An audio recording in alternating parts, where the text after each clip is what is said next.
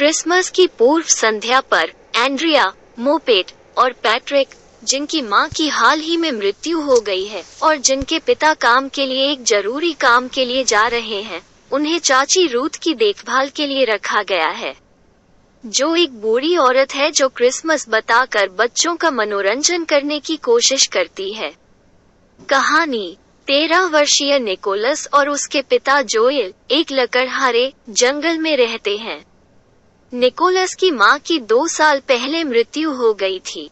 एक भालू द्वारा खा लिया गया था और निकोलस हर रात आराम करने की कोशिश करता है कि वह अल्फेलम नामक जगह की किंवदंती को याद करे, जहां एक लड़की को कल्पित बोनो द्वारा बसाया गया एक जादुई स्थान मिला जिसने उसे सर्दी से बचने में मदद की।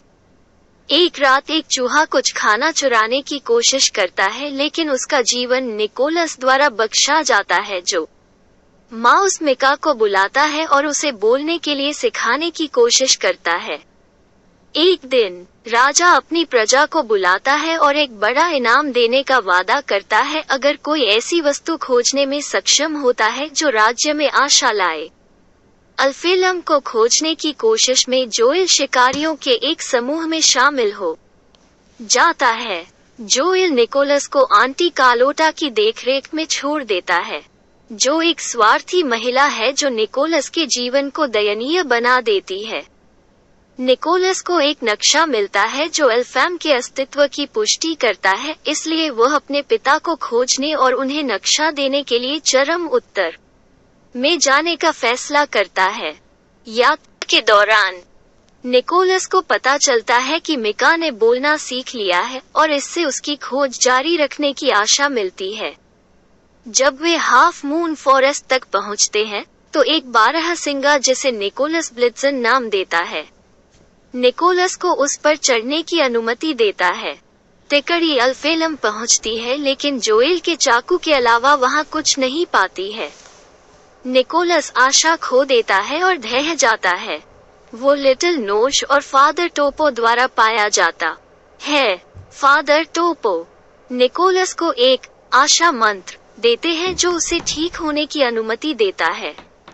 फादर टोपो ने उन्हें सूचित किया कि वो एल्फेम में हैं, लेकिन ये केवल उन लोगों को दिखाई देता है जो उस स्थान पर विश्वास करते हैं। कल्पित बोने पर विश्वास करने के बाद निकोलस उस जगह को देख पाता है और शहर में रहने की कोशिश करता है। उसे पता चलता है कि जोएल सहित मनुष्यों के एक समूह ने लिटिल किप नामक एक छोटी योगिनी का अपहरण कर लिया है। निकोलस को डार्क टावर में एक ट्रोल द्वारा खाए जाने की सजा दी जाती है। निकोलस सत्य पिक्सी नामक एक युवा परी की मदद से भागने का प्रबंधन करता है। वो फिर जोएल की पार्टी को खोजने और गलतफहमी को स्पष्ट करने का प्रयास करने का फैसला करता है। जंगल में निकोलस को शिकारियों और लिटिल किप का एक समूह मिलता है, लेकिन वो शिकारियों द्वारा फंस जाता है और पता चलता है कि उसके पिता उनके साथ हैं।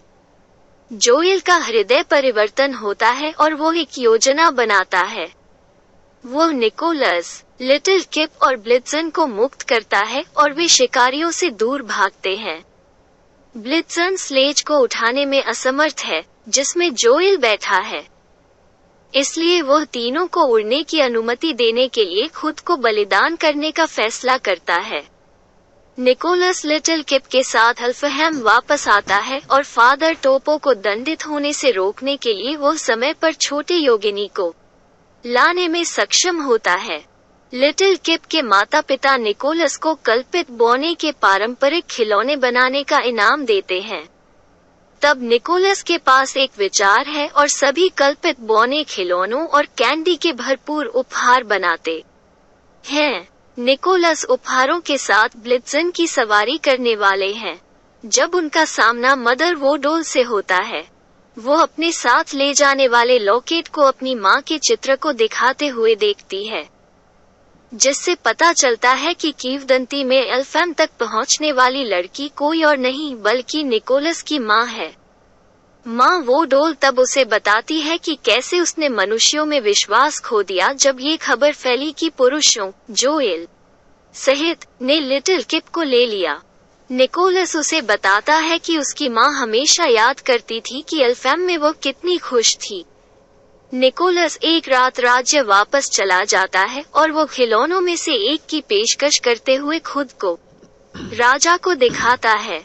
उलझन में राजा ने उनसे उपहार के अर्थ के बारे में पूछा, जिससे निकोलस उन्हें परेशान न करने की कोशिश करते हुए बच्चों के लिए खिलौने छोड़ने के लिए उन्हें राज्य के सभी घरों में ले गए। राजा द्रवित हो जाता है और उसकी मदद करने का फैसला करता है। कहानी को समाप्त करते हुए आंटी रूथ ने बच्चों को निकोलस के कार्यों का अर्थ समझाया और उन्हें लगा कि उनमें से एक ने पहले ही अपनी माँ के भाग्य को स्वीकार कर लिया है और उसके साथ रहना सीख रहा है। बच्चे पहले से ही समझते हैं कि लड़का सांता क्लॉज है।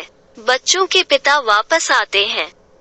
उन्हें आश्चर्य होता है कि लिविंग रूम क्रिसमस के गहनों और उपहारों से भरा हुआ है। आंटी रूथ तब जगह छोड़ देती है और अंत के दृश्य में एक पटाखा फेंकती है, जिससे खुद को सच पिक्सी होने का पता चलता है।